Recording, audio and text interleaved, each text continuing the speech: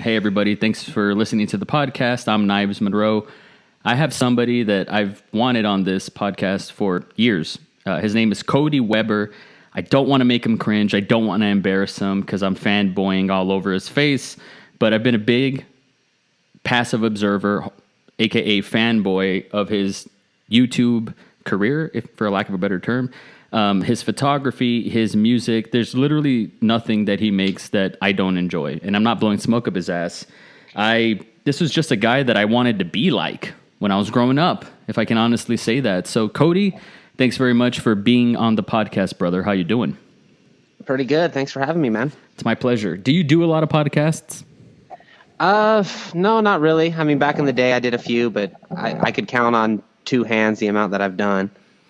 I heard a podcast. It was terrible quality that you did. It was long, though. And I just iTunes your name, and it came out, and I heard it, and it was dated, too. I think it was maybe 2015 or something, and I don't remember it. But on my bus commute back in the day, I heard it. And you dropped some gems that I hadn't otherwise heard. So it was great to hear that. So hopefully this is the best podcast you've ever been on. That's always kind of like a low-key goal that I have for people that I talk to. I don't do interviews. So I'm not going to Mark Maron you and like try to get into your, issues and things like that. I just really want it to be a chat. How much time do you have?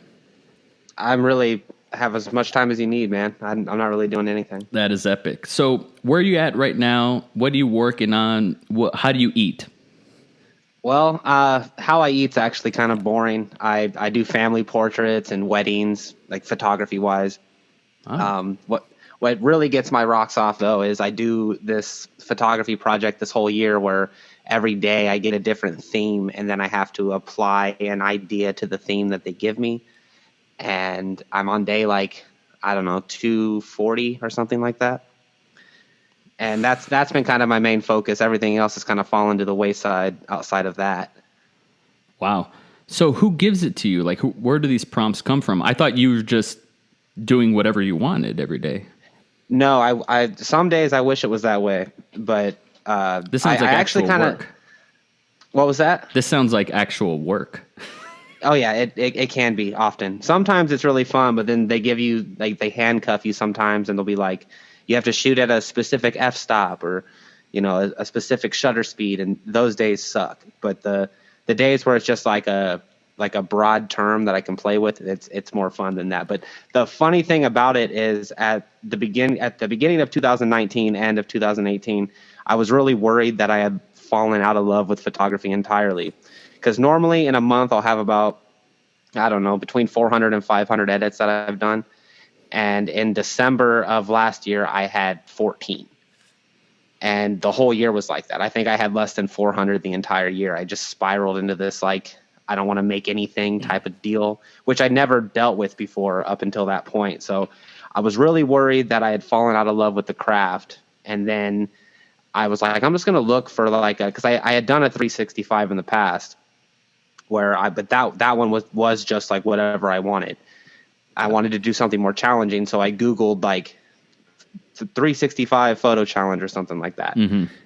And a lot of Tumblr results, I'm sure. Oh yeah, for sure. But I found one that I thought was promising, and I didn't notice it until halfway through January that the calendar was actually for the year 2017.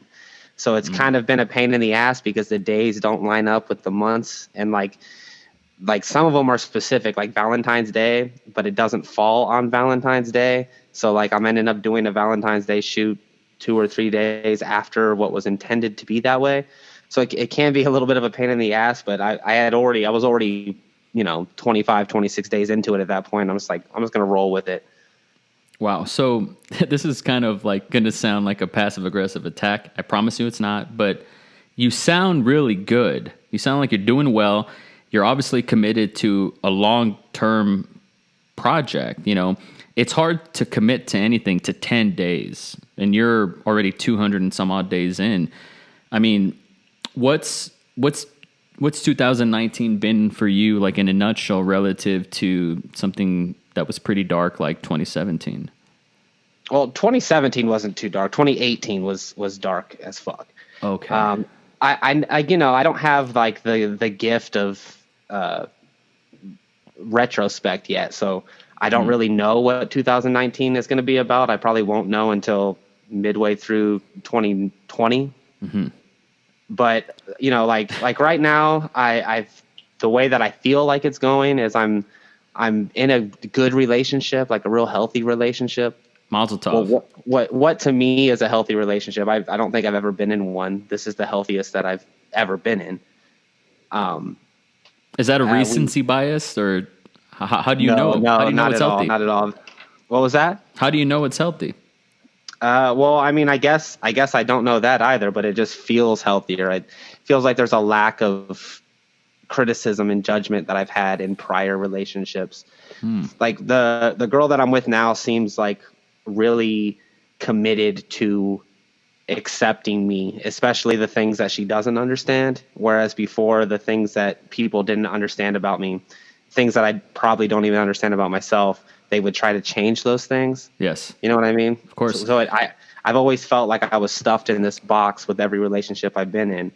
But she, like, when we first got together, she was like, if I'm ever doing something where you think I'm trying to change you, tell me so I can stop doing that. And it's worked. Like every time I feel like she's like up my ass about something, I can just be like girl, like it might just be the way that I am. You know, it might be one of those things. And, you know, like sometimes there's like heated conversations about it, but even when they get heated, she tries to take something out of it rather than sticking to her guns with what she already believed to begin with, you know? Wow. What are some things that about yourself, as far as your self-awareness goes, would you say were things that she accepted or she understood, and that she's not judging, that in prior relationships you would get grilled for? Well, what do you mean specifically? Well, it sounds like you have been in some relationships where there were some red flags and you're like, I don't like how they're making me feel. Maybe they're judging me. I don't exactly know what is different about this relationship as far as kind of like the baggage that you're bringing to it. What is she accepting about you? Like what peccadillo or flaw could you possibly have that somebody otherwise else would not accept? Dude, I'm a fleshy grab bag of disorders, man. I have a lot of good days and a lot of bad days. I'm a really, really difficult person to be with. And it took until I was, 30 years old before I realized this. But I think the hardest thing to deal with me is that I am constantly pessimistic, and that's the thing I kind of like about her, that we kind of even each other out on, because she has her head way up in the clouds. And oftentimes it aggravates the hell out of me. But even when it's aggravating, I feel like we meet in the middle somewhere, because I feel like I'm so grounded that it's almost like I'm beneath ground a lot of the time. And I think it's difficult to be with me specifically because of that, because if I get on like a train of thought that is a negative headspace, I just kind of steamroll it and I can't get myself out of it. And we've been together now long enough where at first she would try to cheer me up and stuff, which is a really admirable, nice thing to do, but it doesn't work for me. It just makes me resent whoever is trying to do it. Like she's realized that she just has to let me have my process, and she doesn't try to get in the way of it. You know what I mean? And sometimes I'll write some like really angry, negative stuff, and she still wants to read it or hear it, and at the end of it, she's never like, even though I can tell sometimes she fucking hates what I wrote, sometimes she's like, like I can tell she wants to say that, but she doesn't. She's just like, well, I really like the way you said this, or the words you used for this. And that is a level of understanding that I have not yet experienced up until this point. I see. So people are trying to change you essentially, or make you more something you're not.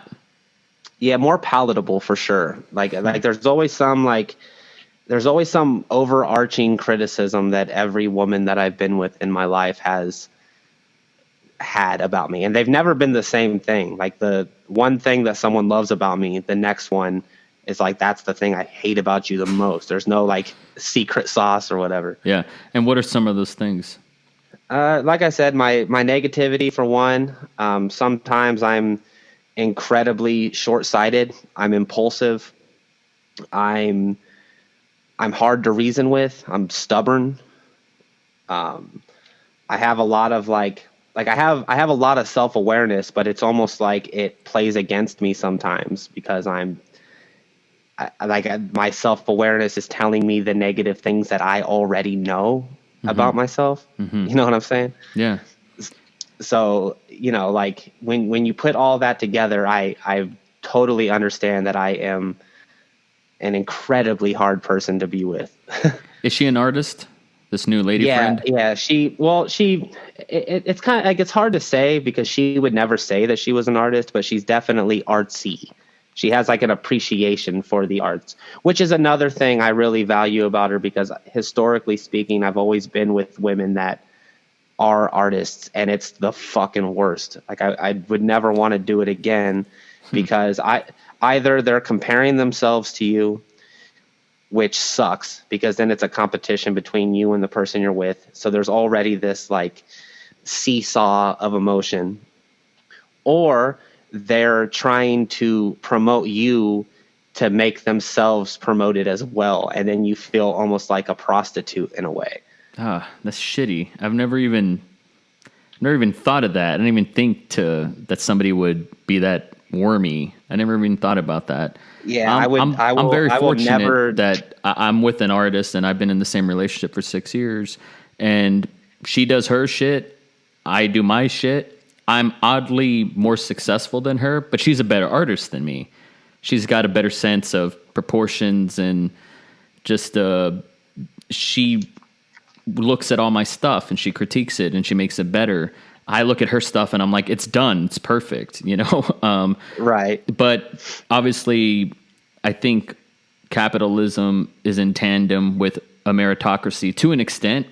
But maybe I think if I got anything on her, it's just more camera friendly charisma. I could bare my man tits to the public. I think that goes far in this circus, But she's a better artist. But I've never felt a competitive vibe with her ever, and I would have never nutted in her and made a baby if we did. Well, that is a super beautiful thing, man. I have not experienced that in my own existence. Every artist that I date, it's always one or the other. And like, I used to date this girl that she like is 10,000 times the writer that I am. Like, even to this day, the stuff that I read from her blows my mind. Like, she just has that like next level skill that you either have or you don't. Yeah. And like, that was as close as I got to it, because like, we weren't really ever competing for one another, but that was almost worse in a way, because our relationship became the art that we made. You know what I mean? So like, every little thing that we did sounds romantic in a way. From the outside, probably, but living in it almost seemed like you were doing things just to have a poem or to have a narrative. Like, you weren't ever doing something just to do it or to have the experience. It's always like, well, I wonder. I remember specifically hanging out with her sometimes and wondering what she was going to say about that specific instance, which completely takes you out of the moment itself. Yeah. But short of that, and we were both really young at the time, so neither one of us were even trying to make art a career. It was just something that we did. And I think that played into the fact that it didn't, come up the way that it has in the time since. Man, I got a lot of questions to ask you. I didn't write any down or anything, but since you kind of brought it up, I'm curious. I don't know if you find this interesting or compelling, but I have to ask about your process. I don't know if you've defined it. I don't know if you can articulate how you do something. I'm sure it's intuitive. You strike me as a very primal, instinctive sort of, you said it yourself, spontaneous, impulsive sort of artist. Like if you get hit, the riff just comes out. Maybe you remember it, maybe you don't, but you're a freak of nature insofar as you can play drums, you can play guitar, vocals, you can rap apparently. Like that's when I saw that you were doing that, I gotta admit, I was like, this motherfucker. Like another thing. Like you really are. You really are Bull Burnham. I appreciate it, but I think you're giving me a little too much credit. I think it's one of those like I'm a jack of all trades but a master of none type of situation, you know? I disagree. I think I'm pretty good at a bunch of things, but I don't think I'm like transcendent at any of them. But again, it's subjective, you know what I mean? Like it is. So it's hard to say. I think if you were transcendent in one of those fields, it would probably be photography. It would probably be, because I've been doing photography for 10 years and I suck shit. It's like, get a clue, Knives, but that doesn't stop me from trying to make ends meet. But you're someone that I'm like, how does he do that? I want to do that.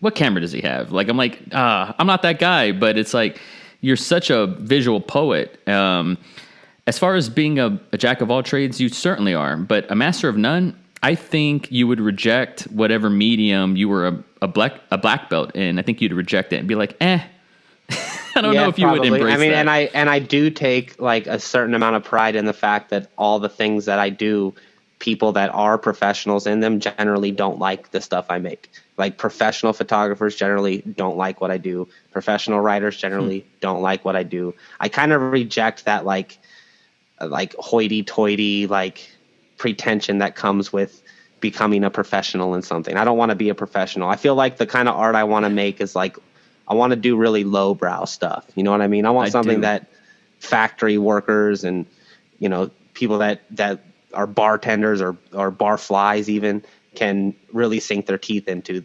When I meet someone that doesn't have like the life experience that I've had, you know, like growing up super dirt poor and stuff, when they like my stuff, it's always super perplexing to me because I don't understand how. I'm like, what is it that you like? Like it makes very little sense to me. So, gosh, you just opened up a can of worms there, but I'm going to try to put a pin in that. About your process. Right. How does it work? You know, obviously you can't have the same process, or maybe you do, with photography that you do with music. And even then with music, there's what comes first, lyrics, a drum beat, a bass line. I mean, I don't know. I don't have a musical bone in my body. So walk me through, like, how, obviously you weren't born this way. You put in the 20,000 hours. How did you, when did you know that you made a first down and you were like, oh, I'm good at this. Oh, I found my voice. Oh, I do have a style. I do have an aesthetic. Oh, this is what I like to do. This is my taste. This is the bubble that I work in. This is the genre, what have you. Like, how did you find that? And do you just walk into something and kind of just put it out? Or do you still wrestle with concepts and ideas? I don't think I have found my voice in most of the things I do. God damn it, Cody. What are you talking about?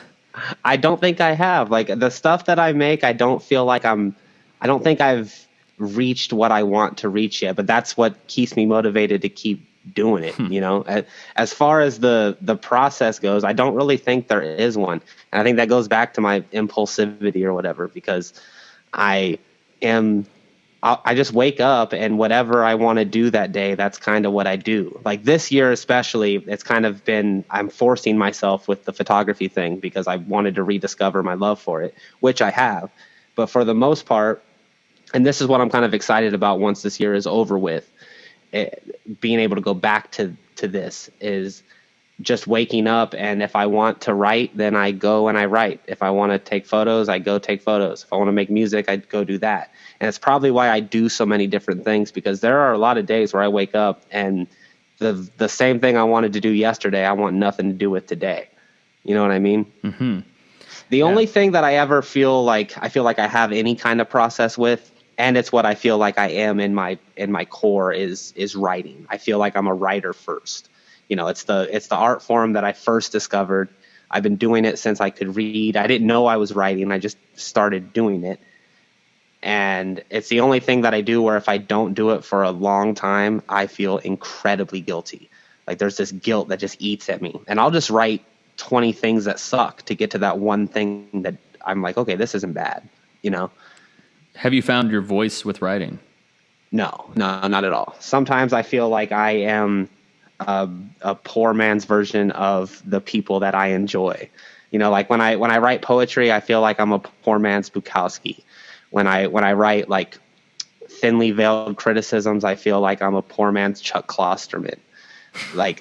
Or if I'm like, you know, if I'm wanting to write about like my drug and alcohol experiences, I feel like I'm a poor man's Hunter S. Thompson. You know what I mean? Like there's nothing new that you can do. And I feel like even those people are derivative of the people that they enjoyed, you know? So it doesn't bother me. And I feel like maybe you don't know if you found your voice or whatever. You just kind of do what you do, and then other people define your voice for you. It's possible. I remember I made a movie in 2012, and a criticism that I got was, all the characters sounded like you. They didn't really have their own voice, their own perspective. They all sounded like Knives. And I took that to heart. I take most criticisms critically, but that one hit hard enough for me to be like, I think there's some truth to that. I don't want them to sound like me. You know, I want them to sound like them. And I felt like I had to course correct that. And now I put a lot of time into writing for that character. I need to know who that is, and I stick with that, and that's who they are, and I let them do the writing or talking or what have you. And that was a moment where I was like, I got to the end zone. I keep using these football metaphors. I don't even fucking know anything about football, but I got closer. It's okay with me because I love football. So okay, great. So I was in field goal range. I felt like I made some headway there. And then I made a second movie, and then I found my voice, and I was like, oh, this is my style. This is how I do things. This is how I do it. When my first film, I was trying to be like X, Y, and Z, like you said, like derivative. So that was an example possibly of someone telling me like, hey, this is what you're doing. And I was like, I don't want to do that. And then I found it, and now I can just tap into that. You don't feel that way about any of the mediums? No. And in fact, sometimes I feel like I'm getting into that where I'm kind of doing something that feels like it's exclusively me. I will try to do something completely different just to get out of that. Cause I feel like when you look at something I've made or you've read something I've made, you can tell it's me, but I don't know how that is because I'm constantly trying to change everything I'm doing. It might be a defense mechanism or trying to grow or something. I don't know what it is, but I don't ever want to get comfortable with anything I make. But at the same time, I also don't want to try because when you try, you can tell. You know what I mean? Like the best stuff I've ever made happened when I wasn't trying. It just happened. Yeah. Who has that quote? Don't try. I think that's Bukowski. Yeah. Yeah. I think his tombstone says that, I want to say. Yeah. Yeah, it does. It's fucking gnarly. One thing I saw in you some 10 years ago. I can't believe it's been that long. Probably longer. Yeah, we're getting old, man. Yeah, no, you're getting old. I'm Benjamin Button, man. My kids keep me young, like they really do. Once my youngest is 18 and she moves out, like I think I'll really lose my fingers on the pulse, and I'll fight for some sort of relevancy or something. But right now, I kind of feel like I got a grasp on shit. I don't know how long that'll last. It won't last forever, but really, I feel like I'm excited to reach old age because I won't have to give a shit anymore. You know what I mean? I can just be like, I'm old. I don't fucking understand. Fuck it. And the cool thing is the older you get, the more shit you can get away with. Like if you saw like an 85-year-old senile man just like jerking off naked at a bus stop, he wouldn't even get arrested. They just take him home. That's a fact. Not saying I want to be that guy, but just to have that freedom. I feel like the elderly have a freedom that the young just can't even comprehend. That's power. That's real power right there. But one thing I saw in you when you still had a twinkle in your eye, when you were so young, you were on your Bieber shit back in the day. Just kidding.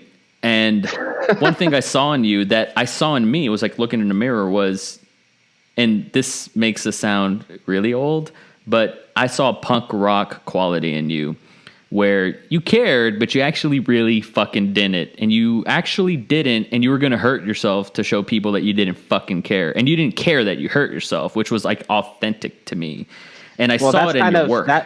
That's kind of like the whole ethos of like good indie art, I think. I forget who told me this. It's not my quote, and I don't want it attributed to me because it's not mine.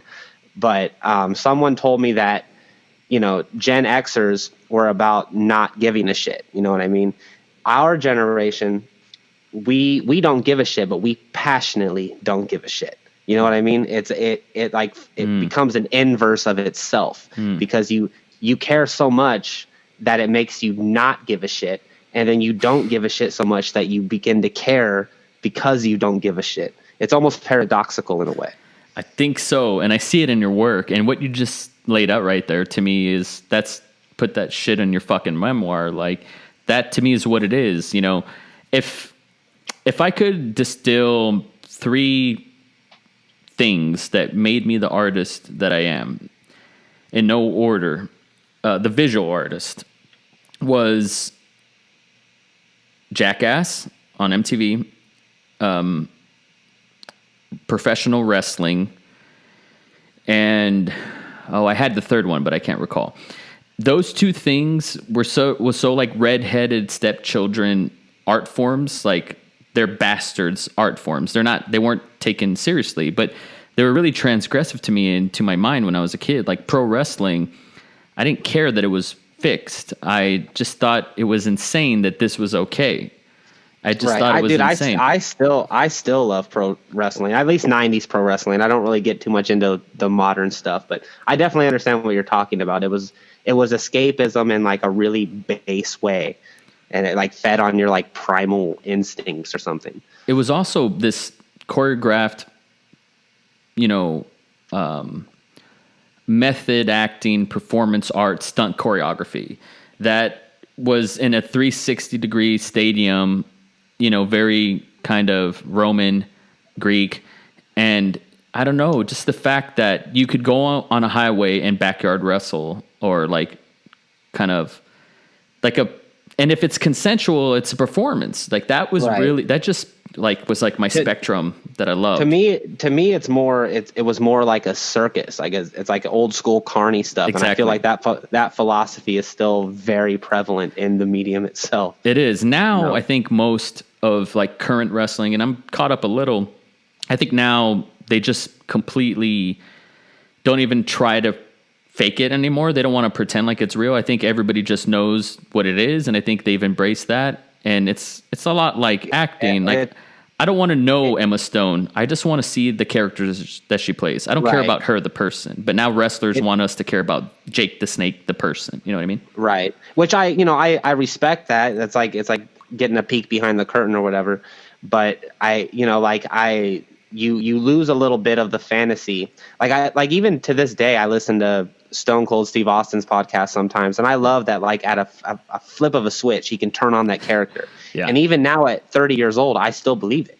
You know what I mean? Yes. Like I know it's fake, but there's a part of me inside that is like, that is what he's doing is so beautiful and it's so underappreciated. Mm-hmm. Like and I feel like modern wrestling has become so hyper aware of itself that you lose the dignity that it had. Yes. When you still had kayfabe. Yeah, it's like Elvis can't be a tragedy today, almost, and I kind of am okay with that. I like a little danger in my art. Jackass to me was, I don't even know what it is still to this day, and it's been 20 years removed. I was watching Jackass 3 or something. It was on Hulu with my son, who's going to be 14, and he was just like, "What is this? Is this a movie? Is this a documentary? Is this real?" And I couldn't answer. I was like, I don't know. It's like, I mean, the answer is yes to all of it. Yes, like, it is. I have a whole theory about Jackass because I'm a huge fan of Jackass too. I think Jackass was the modern day equivalent of the Three Stooges. And the thing that made, and this is something that like modern prankers and people like that don't understand, is that if you watch old school Three Stooges and even, Jackass stuff, it was never, ever mean-spirited. It was all inflicted upon themselves. That's right. And there was like a joyous thing about it, because it was just people goofing off with each other. They never made other people the butt of the jokes. They were the butt, which made it okay to laugh at.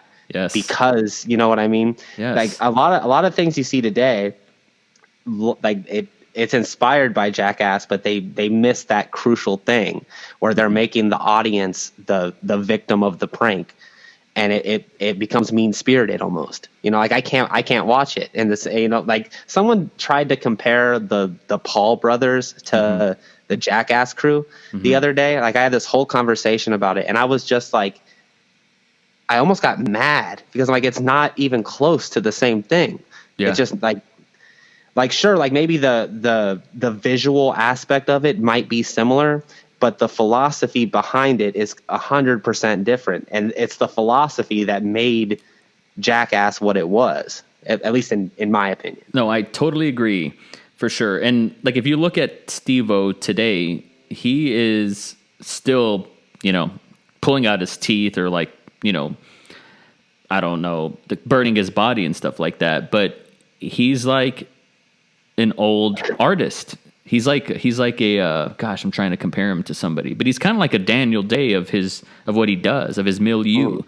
Like he looks at it very introspectively. He can say, "Oh, here's where I got the concussion," and I mean I don't know if we'll see Jake and Logan looking at their careers 20 years from now in that way. I don't think we will. No, and it's also like, it's funny you mentioned Steve-O, because Steve-O's the one person in that whole, Steve-O and Bam Margera, both of them have the same quality where they had just this compulsion to document.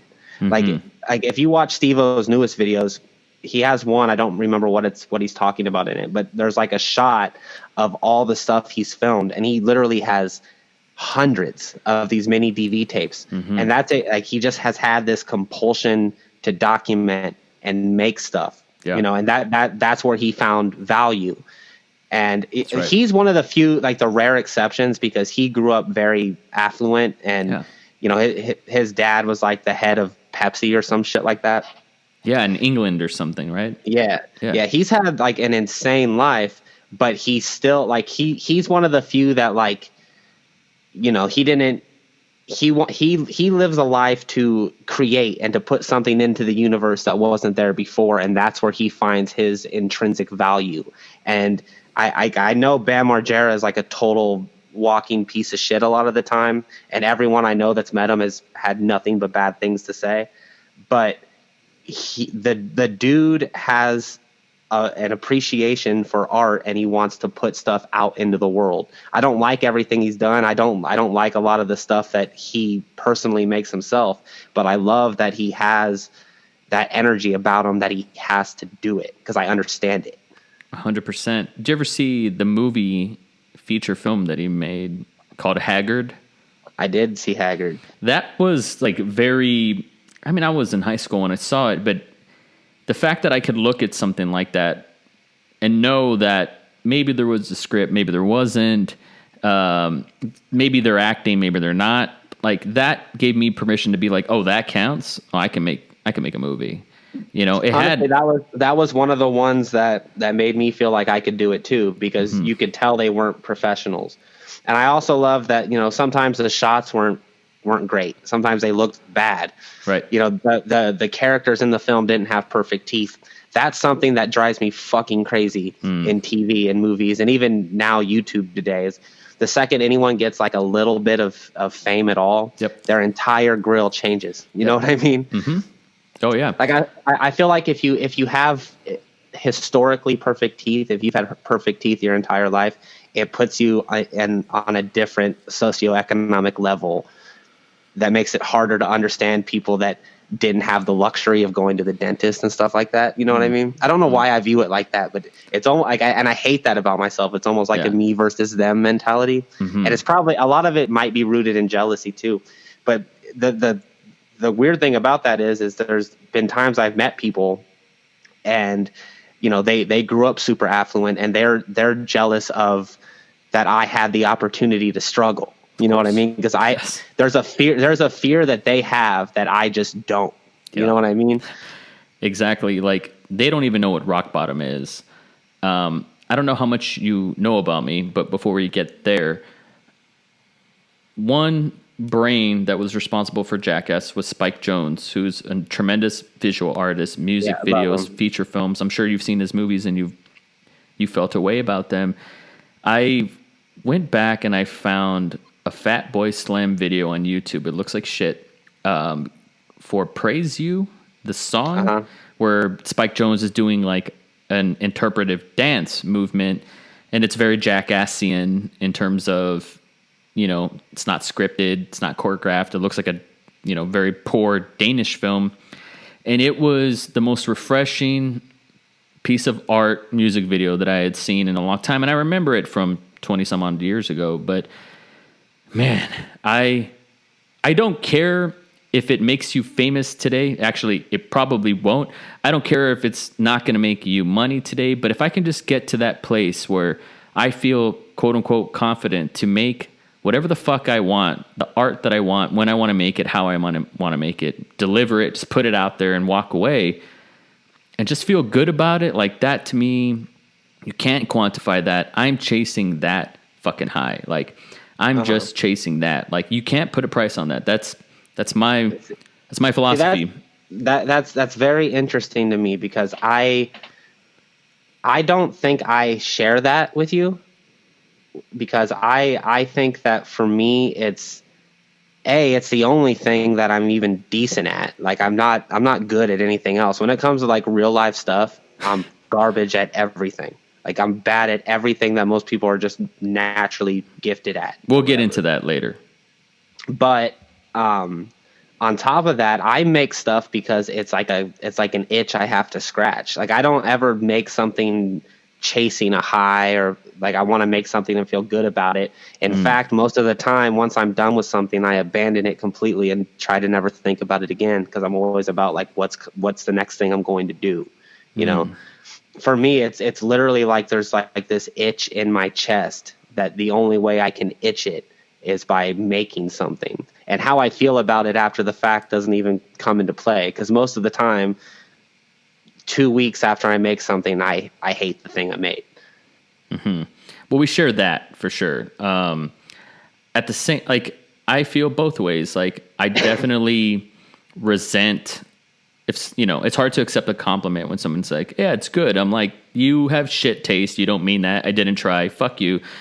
It's not as good as it should be. And I carry around that guilt. But then I'm also like my own biggest fan. I also go back to my stuff and I'm like, how did I fucking do that? How did I have the audacity to do that?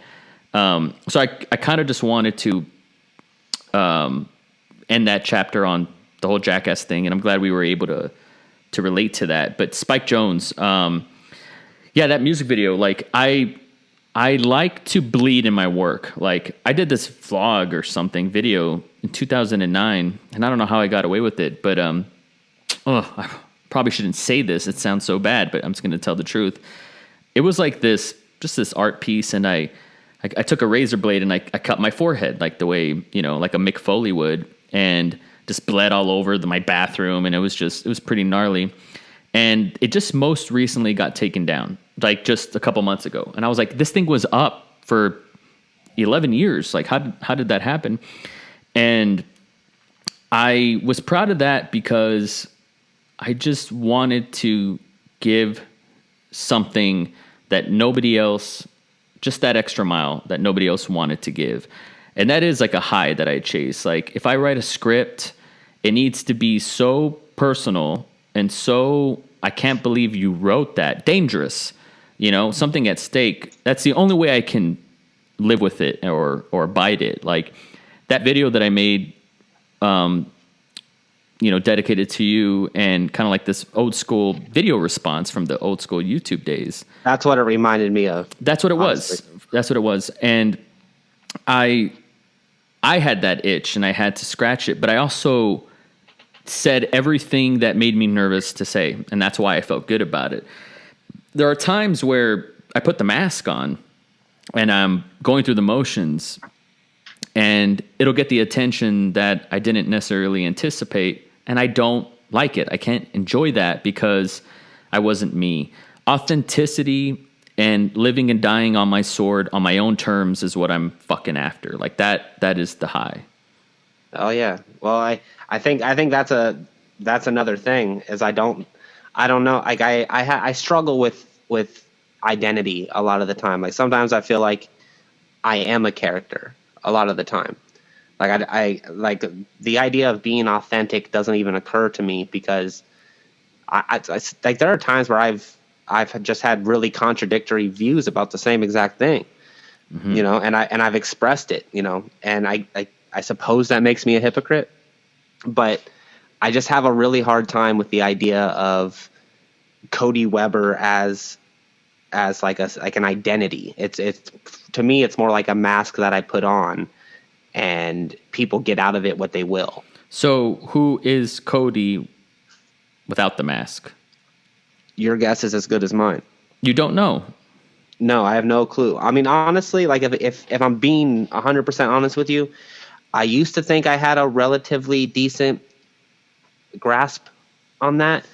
But I decided to try DMT once, and it completely altered my perception of who I was as a person. And I've never really came back from that. And that was probably 7 or 8 years ago. And I don't want to sound melodramatic or anything, because it was also like an incredibly cathartic, beautiful experience for me to like shed my own skin kind of.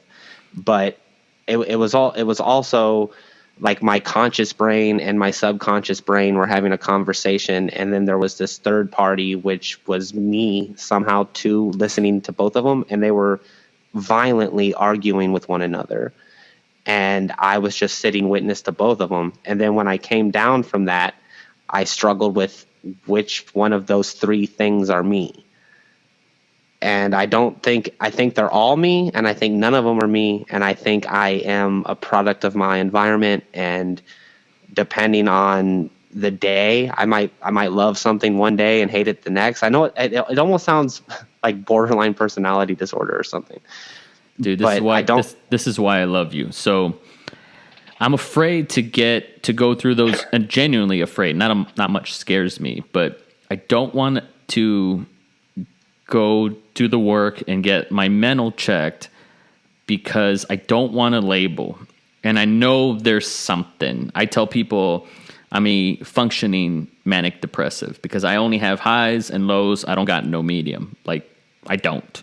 Yeah, I was the exact same way. Very high earlier today, and I got a text, and then I was super fucking low today. Like, low, low, low. And that's not good, like, for any avatar. It's just not good. Having said that, I've never took DMT. I actually have drug-free tattooed on my knuckles, but you know, you grow up and then you realize, well, caffeine is a drug. So, and God knows I can't live without that. So joke's on me. Right. And honestly, I wished I was that way. Like, I have to stay away from most things because I feel like it's in my cards, like my genetic cards, to really, really, really enjoy drugs. And every drug I've ever done, besides a couple, I've fucking had great experiences on. You know what I mean? Yeah. I'm 45% Native American. I took an ancestry DNA test, and it's less than I thought. But I'm sure it's in my code, you know, peyote and cannabis and God, everything else. My father was a drug dealer. My grandpa was a drug dealer. My uncles were drug dealers. Like, I'm scared. Like, I've never had a good trip. I've smoked weed. I'm not good with it. There are, like, I envy the Joe Rogans and the Seth Rogans, and I guess every Rogan out there who's really, really good with that. Like, I can't do that. I can't even drink. Like, I have no sense of portion control. Like, and I feel like it's nuclear. It's in my brain. So I relate to you there. But I did drop acid in 2013, and I had a similar experience. I'm sure it wasn't as intense as DMT, but I heard for the first fucking time the real me voice in my head. And I knew it was the real me because I missed it. It was familiar, and I hadn't heard that voice in a long time. And it was talking to the ego, and I knew it was the ego because all it wanted was to be satiated and focused on, and it wanted the spotlight on itself. And the real me told the ego that it's responsible for all my suffering, which was another way of saying I'm responsible for all my suffering. And I had to forgive myself, because the ego is its own thing. It's primal, it's reptilian, it's old school. It just wants to come, to eat, repeat. Like, that's all it wants, is to be numb and satiated. Right. But the real me is the ambitious me, is the virtuous me, the me that likes hugs, the me that doesn't let go of the hug first, like the inner child me. And I gotta tell you, aren't they both you though? They are all me for sure, but there is a yin and a yang, and you have the darkness inside the light and the light inside the darkness, and I have to feed one more, and I have to starve the other one, and it has to be 51-49, or I'm no fucking good. You know what I mean? Yeah, that makes sense. That's a good way to look at it, honestly. It took work, and I don't think I arrived at any conclusion, but acid was always something I wanted to dabble with and try, just because of like the Beatles or whatever, and they made it sound really neat and all the movies. But I don't know if I would ever do something really hardcore. Maybe DMT if I'm in a very safe space, but it's not something I go out and try to do. I'm honestly low key terrified, because, as you should be, because it's really not something to mess around with. I don't want. Yeah, that's exactly right. You know, I have a few buddies that drop DMT all the time, and it's kind of telling of their personality, because they're the least self-aware human beings on earth. It's almost like a 20-minute like ecstasy for them. Not ecstasy, the drug, but the emotion. Yeah, it's not introspective at all. And that is so odd to me, because every psychedelic drug I've ever done has been a super personal experience for me. It's not something I can just do lightly. Even mushrooms they were very introspective for me. Like, I kind of sunk in on myself a little bit when I did them. But I think my issue is I think I am a more compassionate and more loving human being if I'm on something, whether it be pot or booze, or, you know, even I feel like I'm energetic and lively when I've done cocaine. I feel like I'm lovable and empathetic when I drink. I feel like I am more compassionate when I smoke weed. I feel like me at my sober state is almost like a numbness. You know what I mean? Like, there's not I feel like I'm boring. I don't want to do anything. I just want to be like in a dark room by myself. I don't want to have relationships with anybody. But the second I put something in my system, you know, and that's what I fight is, and it also doesn't help that I feel like almost everybody that I know personally would agree with me that I'm at the very least, I'm more fun when I'm on something. You know what I mean? Mm-hmm. I do. I do. You know, you don't want to be the 40-year-old that needs that to be fun. I mean, but I'm already the 30-year-old that does. I think when you're in your 30s, you can kind of get away with it. You know, in the 20s, it's like you push your body to see how can I break it, right? And then you break it, and you're like, okay, there's my limit. And in the 30s, like, it's more recreational, I think, historically, anyways. But, you know, I don't know. Like, I think I'm going to be that guy that once my kids grow up and I can just go to Europe, I'm going to fuck off and not be heard from again, maybe for like 20 years. I'll make my way back to New Hampshire, and I will start writing, and it'll be a bunch of like drug diary stuff. Like, that's the romantic in me. I'd like that to be the case. I had heard. I remember the third influence. I just because it came to me. So it was Jackass, professional wrestling, and how could I forget Trey Parker and Matt Stone, the co-creators of South Park. Those guys shaped my political views, my religious views, my comedic perspective, everything. Definitely my sense of humor, and Mike Judge too. I have to give credit to him as well. Interesting, very interesting. I don't disagree with that. the reason why I bring up Trey Parker and Matt Stone is I think I heard on an interview, maybe they were on Conan or something back in the day, like I saw it live. And Trey had said that he had told his dad, I'm giving myself until 30 to make it. And if I don't make it until 30, then I'll, go live the straight life or whatever. And he made it. And he had said that, he went to college. He was a good guy. He was a good kid. He never did drugs, never drank, never smoked a cigarette in his 20s. And then in his 30s is when he started to party. And he was like, that was his advice, was just stay on the straight and narrow path in your 20s. Your 20s are going to suck. But then in your 30s, go fucking hard and enjoy that shit. And so me, a very impressionable kid, was like, I'm going to take that advice. And I sacrificed a lot in my 20s, and I feel like, knock on wood, I feel like it is paying off for my 30s, man. Like I was scared about that. Like I didn't want, I fucked up a lot in my 20s, a lot. And it was always for the idea that it'd be for the greater good. And so I'd have something to say or some experience or something to give of value for my 30s if I can make it. Do you wrestle with anything like that whatsoever?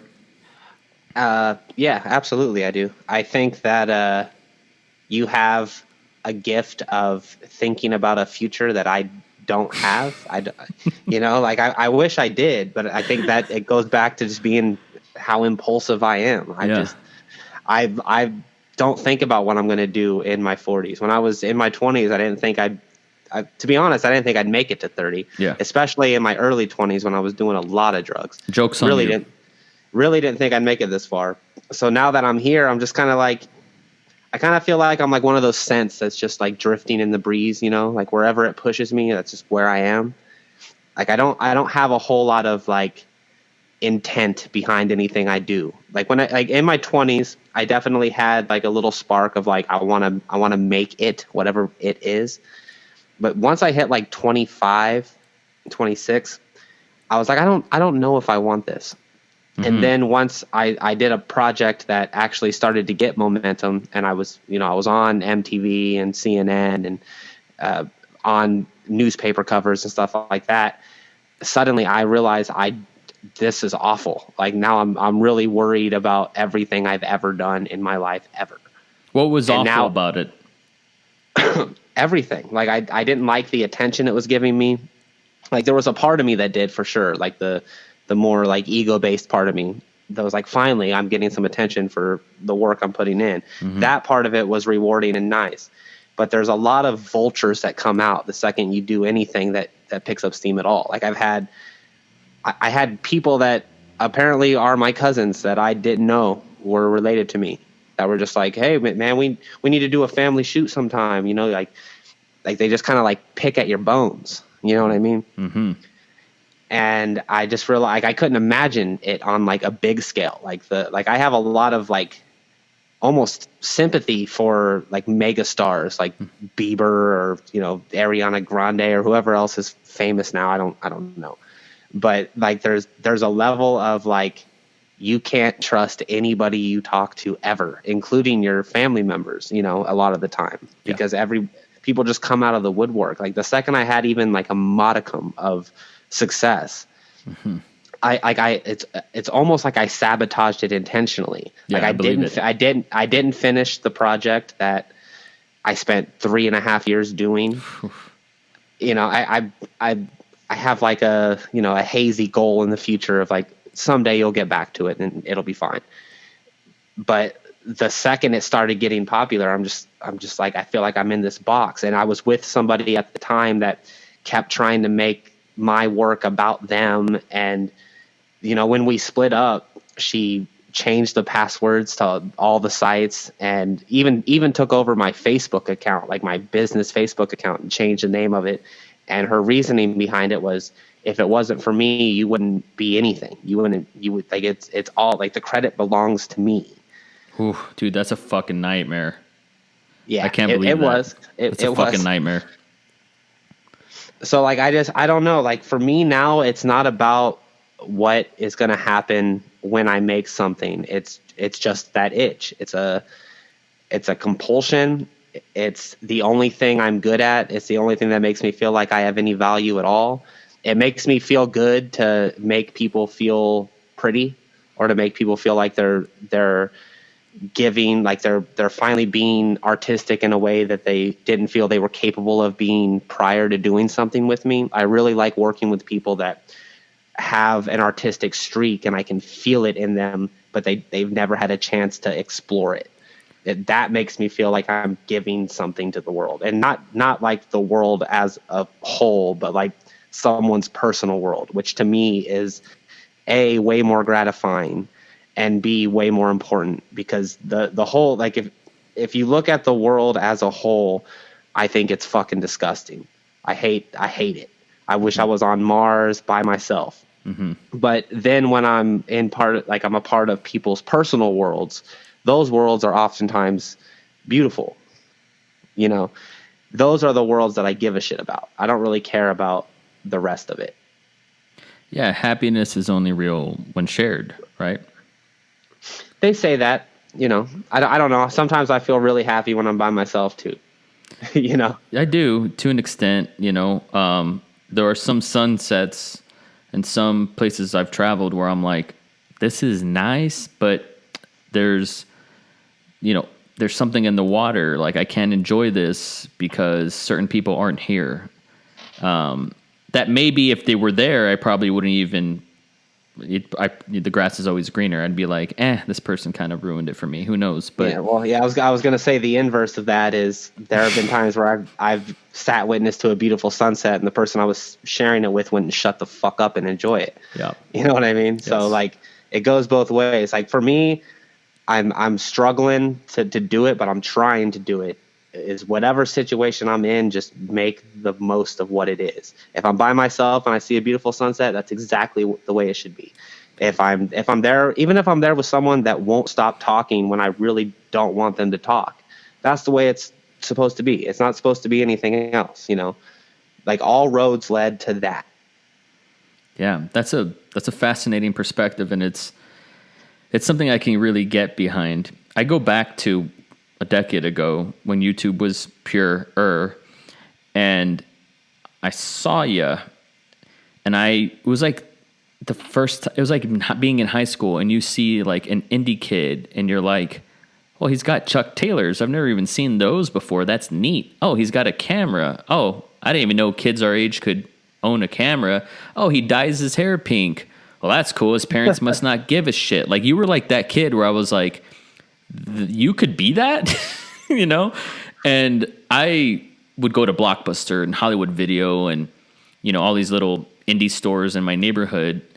And my favorite film section was the indie film section. And now that genre is like terrible. I fucking hate it now. But back in the day, you'd find a cool gem like this movie called Ghost World with Thora Birch and Scarlett Johansson before she became a star. And another movie with Joseph Gordon-Levitt called Mysterious Skin. And I'd find these little indie darlings, and I'd be like, man, like, these people deserve all the attention. They deserve all the fame. Like, how come no one's ever heard of this? Like, I was like that hipster. And you were like that, the first artist that I ever saw on YouTube where I was like, this is like the first indie kid on YouTube. Look at him. Like, you could be that? This kid's got it all figured out. And that's the way I honestly saw it for years. Which is honestly really interesting to me, because I definitely didn't have anything figured out. I still don't. That's so weird. Like, I don't know why I feel this way. And don't get it twisted, but I feel like you should... In a perfect world, you'd have a dream, and you'd be en route to that dream, and you'd get that dream, and then you'd be on to the next, and you'd be happy about that, you know. And you're paving the way through with art money, and it's on your terms. Like, I almost need that for you. You're like, you know how, I don't know what your relationship with your parents were like exactly, but like, you know, my father was never there. I'm cool about it now. I've accepted it. It's just what it is. It's like fucking air. It's like oxygen. It's just there. And I did as a kid feel like, man, it'd be nice to have a dad and he should care and he should be like this. He should be like Goofy in the Goofy movie. Like he should give a shit. And idealistically, and I don't know, it just came from media. It just came from television. And I mean, I kind of, that's an unfair expectation to have, but I feel that same unfair expectation, like with you. I'm like, you're like my brother from another mother, like creatively speaking. And I'm like, this guy should be living the indie dream because he's fucking talented. Like, what else is the qualifier here? Like, he's talented. He's more talented. Like, I'm trying to be as good as this guy. Like, he's got it all. And so it's, it's so, what a dickhead I am for even feeling this way. Like, who the fuck am I? Like, to tell you fit in this silhouette? Like, no, I don't. I mean, I don't think that at all. Like, I definitely have like a similar, like, why am I not? I see people all the time that I don't feel, and this is again ego talking, but people that I don't feel are as good as me at a certain thing that I do. Yeah, and they're doing crazy, awesome things. Like especially some of the TV crews that came down. Like, it really became apparent to me when they came down to work with me that half of them didn't know an f-stop from their asshole. You know what I mean? Like, they really didn't have whatever it is that I think I have. They just didn't have it. And I'm like, why are you doing the thing that you should be the one on this side of the camera? Because oftentimes they were way more charismatic than me. You know, like, you should be the one in front. Like, let's just switch places real quick. You know what I mean? Yeah. But I feel like there's a lot of factors. Like, you kind of unloaded, so let me kind of take the, like, as segmented as I can. First of all, I had the luxury of having a really good family. Like, me and my family are all really tight. You know, like my dad is, like, he has his faults and his issues and stuff like that, but he was a damn good father to me. My mom takes interest in everything I do and tries to stay current with what I'm making and stuff like that. I think she would have preferred if I would have taken a different route. You know, she says all the time that she thinks I would have been a really good lawyer because I love arguing with people and shit like that. And I think she, you know, the mom in her wishes I was doing that instead of still doing photo shoots for $100 a pop and shit like that. But, you know, it's not like a I'm disappointed in you type of thing. It's more just like, dude, you could be making bank type of situation. But so that's one thing. Like, I didn't have what a lot of artists get which is the luxury of having a shitty family.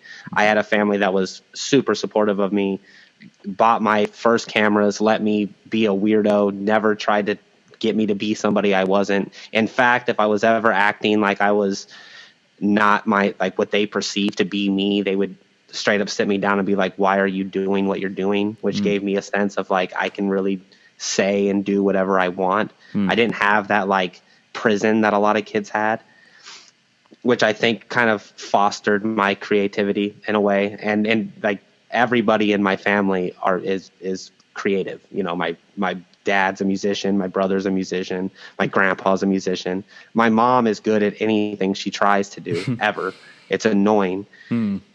And, you know, like, it's just like everybody, it's almost like that's the only thing about me that was predestined. Like, there was no way I was going to reach the age of 18 without being a creative person, because everybody in my family was. Like, I remember being 4 or 5 years old and writing poems in the kitchen with my grandma. You know what I mean? Like, that's the kind of stuff that a lot of kids don't have. They write their stuff in private and they hope that nobody ever sees them. Like, I was 5 years old and my grandma would be like, what'd you write? Let me read it. I want to read it. And then she would tell me, like, grammatically what I had messed up on. Like, my entire sense of syntax and grammar is literally like my grandmother being like, that's the wrong form of to. Like, okay, grandma, I'm sorry. Damn it. That's awesome. So that's one aspect of it. The next thing I wanted to say is, as far as, like, the why am I not living the indie dream or whatever, I think a lot of it has to do with luck. I think luck plays into a lot of things. which I've never even won a scratcher. Like I'm not a lucky individual. Literally never have. Like even if I'm with somebody and they're like, I'm going to go buy a lottery ticket. I'm like, don't, it's a waste of money. You're not going to win. I've never even seen somebody win money. Well, you got the best hand of all, which was a fucking kick-ass family. Yeah. In a lot of ways, I definitely credit a lot of the things I do to them because they never bothered to try to change me. Yeah. And I'm sure my stubbornness played a part in that too, because I probably wouldn't have changed anyway, and they would have rather remained close to me than ostracize me. Mm-hmm. You know, yeah. But well, what about the argument that somebody would say that luck is preparation meeting opportunity? Sometimes that's true. Other times it's not. Like, for instance, like when it comes to my personal life, if I hadn't been in the specific bar that I was in at that specific time when the girl that I'm dating walked in and needed a beer pong partner, and if I wasn't really fucking good at beer pong, my entire existence would be different right now. Like, luck was 100% the only thing and the crazy thing about that is what led me to that bar that night to begin with was a long streak of bad luck where I was like, fuck it, I'm going to go drink until I black out.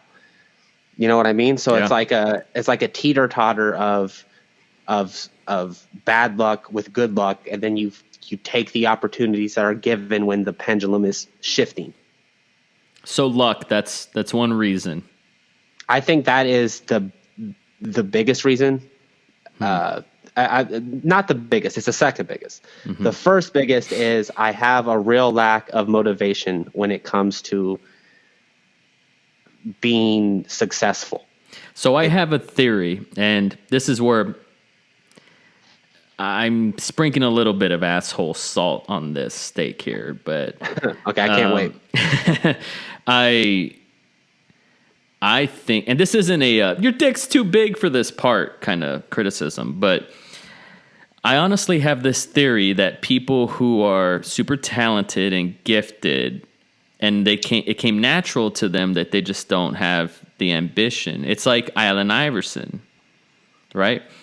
Like, he was just too good. He didn't have to try, so he didn't try, and he didn't live up to his potential. One could make that argument.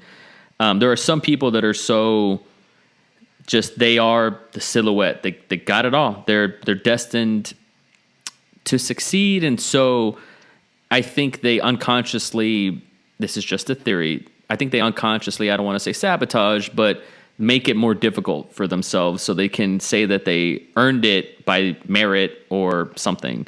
For me, and this is just Knives Monroe's POV because this is my experience, like, I never had a gift. I never had a talent. Like, talent shows, I was that guy that was like, fuck, I wish I had a talent. I wish I could play guitar, wish I could rap, wish I could do anything. I wasn't that guy. And with filmmaking, like, I do it because I have to, but I'm not super great at it. The opportunities that I got to make bread, I'm not the best, most qualified guide for those jobs.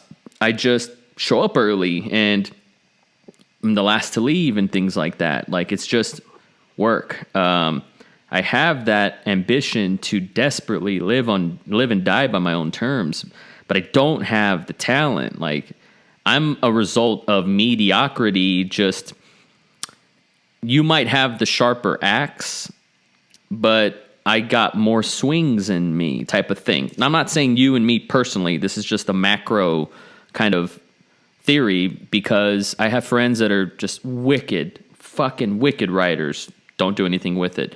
Wicked drawers, don't do anything with it. Amazing guitarists who were playing guitar at 5 years old and could play Master of Puppets at 5 years old. Like, don't do anything with it. And I feel bad because some of these friends are going to hear this and be like, fuck, this is the way he feels about me. But I tell them to their face, I'm like, you should be Elvis. If I had your skill, and here I am sounding like fucking Ben Affleck in Good Will Hunting, and I don't mean to be so melodramatic, but it's a theory. What are your thoughts on that? Well, two things. First thing is I feel about at least the majority of things that I do, I'm the same product that you are. Like you found me at a time where I had already been making shit for 4 or 5 years at that point. Mm-hmm. I went through 4 or 5 years of garbage, like serious, like the cringiest, worst shit ever. Like it's embarrassing that I even attempted to make it type of embarrassing. Like if I look back at the stuff I made when I was a teenager, it is like next level bad. That goes for most of us in life. Right. Yeah. But on the secondary thing is, I don't think everybody wants to be Elvis. Yeah. You know, like going back to your Beatles reference from earlier, some people want to be Pete Best. Yeah. You know what I mean? Yeah. Some people are cool with that. Yeah. Yeah. And I respect that because that's in line with my values. Like that self-awareness, that's saying this is who I am, you know? Like I feel that way. Like I don't want to be Quentin Tarantino. Like I want to be, gosh, I don't know, who's like in a little indie darling, just a guy who journeyman type guy, you know, like a Jonathan Demme. Jonathan Demme, who did Silence of the Lambs, he got accolades and stuff. He's made masterpieces, and inside the community, like he's respected, but he was never the rock star filmmaker, you know? Right. Well, see, and that's the thing about the whole, like, I'm not confident in who I am because I want to be both at the same time, and it's just not possible. You know what I mean? Like, I read authors like J.D. Salinger, and it pisses me off. Yeah. That his output was so minimal. Yeah. And then, like, one thing I love about going back to like Charles Bukowski, the dude's written 40 some odd books. You know, like a lot of them are just collections of poetry and stuff like that.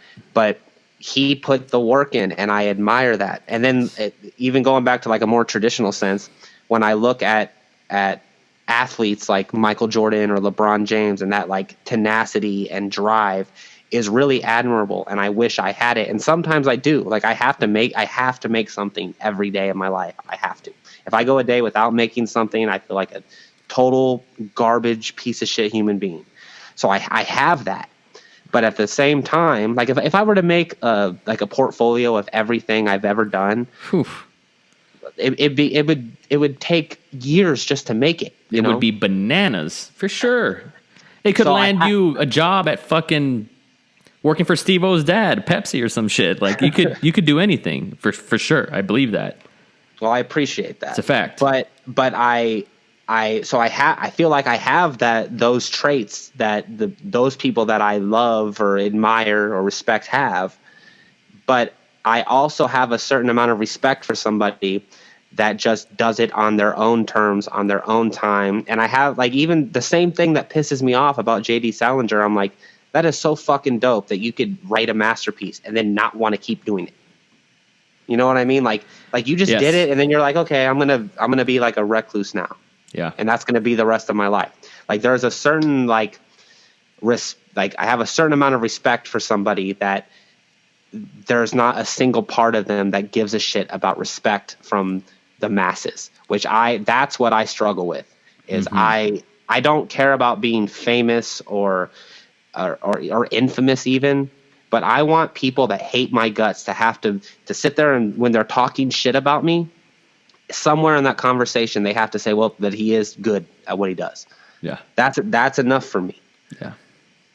You said you gave me everything I wanted. Let me just say that right now. Like if I had an agenda, which I didn't, it was just to talk to someone that I greatly admire. You can go back and find these Judd Apatow tapes when he was 16 years old, and he lied about his age, saying that he worked for Rolling Stone or whatever, like that Almost Famous shit. And he's interviewing Jerry Seinfeld. And to me, this is that, even though I'm older than you. But that was my agenda, was to talk to you. But you said the thing that I've not heard an artist put into words, which is you want to be the rock star, but also the guy that doesn't give a fuck. Who's somebody in culture that pulled that off?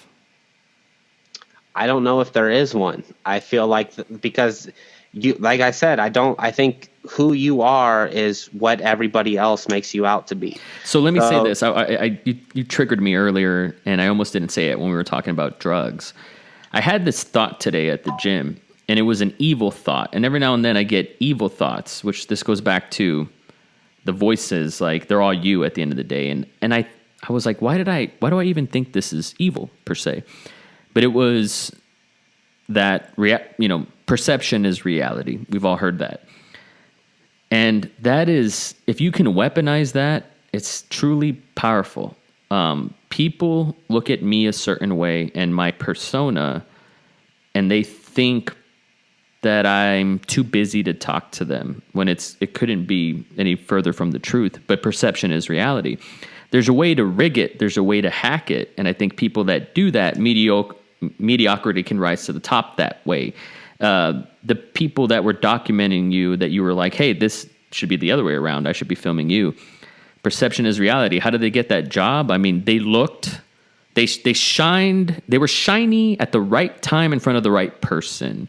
But maybe inside they had no contents, but they were shiny. And perception is reality. And I felt like that was an evil thought because it's antithetical to authenticity. Try saying that 5 times fast. But and I would die for authenticity. I want people to say about Knives Monroe that he was not like everybody else. He was himself. He struggled with that. It was hard, but I know that when I was talking to him, I got the real him. He told me how he felt. Like, that to me is vital. So I just wanted to get that perception is reality shit out, because I look at Donald Glover, who's kind of like you, multifaceted. He was a YouTube star. He was a writer on 30 Rock and an actor on Community, and then did stand-up, and now he's doing voice acting, and he was not Han Solo, but that other guy, Lando. And, he's a rapper, and he can do everything, this fucking guy. He's like you, master of none, perhaps. But let it just be said, though, that he's actually fucking brilliant at everything he does. Like, I don't feel like it's fair to compare the two of us. Well, it's a silhouette that I think I put you guys in the same cabinet for sure. And he's someone who I think he traded. There's some people. I want to be the indie darling. I like it. I don't want to be the quarterback for the Eagles. Like, I want to be the coach for, the high school game, and those kids went to war that night, and they're going to live with that forever, and I feel good about that night, because I feel like the potency of those emotions, I don't think they get higher at the Super Bowl. I don't really think they do. I don't think our cells feel the difference. I think high is high to an extent, at least for me in my chemistry. I'm talking too much, but no, not at all. I'm definitely interested. Cool. I don't. Perception is reality. I don't know who's that guy that fits that mold. That's everything. I learned right away that I just want to have cool people that I look up to in my phone. I just want their contacts, and I want to be able to call them and say, "What do you think about this?" And brainstorm. Like, I love brainstorming. It sounds so corny and lame. It sounds like so Bill Nye the Science Guy. Like, we're going to brainstorm today, guys. It's going to be so much fun. But I love being in a room, whether I'm with people who are pouring concrete or people who work at a Whole Foods or whatever. Like, I just like being in a room and coming up with ideas, and then an implementation, a plan where people can execute that, and they do that, and it works.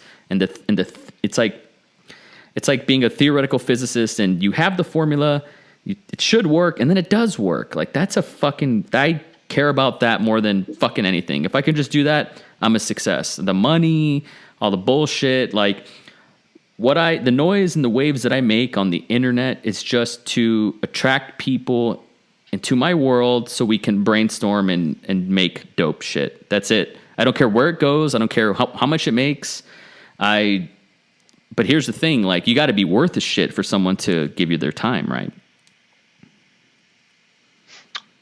Yeah, well, I mean, I guess it depends on what you're wanting to do. Like you said earlier, going back to the thing about the camera crew. Sometimes if you're shiny, that's enough. You know what I mean? Yes.